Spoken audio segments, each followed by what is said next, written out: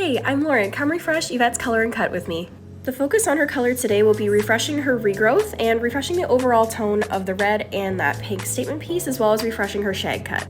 Alright, so for Yvette's root shade, we're going to do first to tackle the regrowth. We're going to use Top Sheet 6RR with 3% developer. Next, for her regrowth on that statement piece in the front, I'm going to be using Silk Lift 6% with Silk Lift Strong. Next, to touch up her mids and ends, I'm going to be using Coloron 6R with 2% developer and a bit of red pure pigment.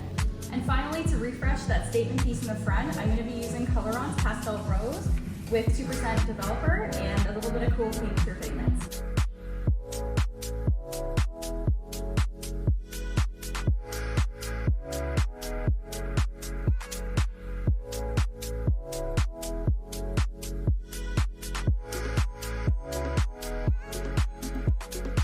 Once both regrowth sections are applied, they'll be processing without heat for 30 minutes. The next step is to wash twice with Dual Senses Color Shampoo and then follow up with the Dual Senses Color Conditioner to walk the hair back down to a more acidic state after an alkaline service. This will prep the hair for the color balancing later on.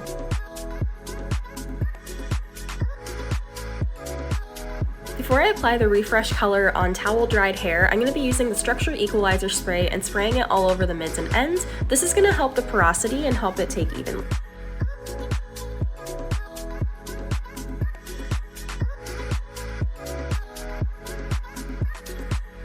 For the pink statement piece color refresh, I'm going to be using a bowl and brush method just for a little bit more precision in the tighter areas. Once both Coloron's shades are applied, they will be left without heat to process for 25 minutes. After that, we rinse out the color and move on to our haircut.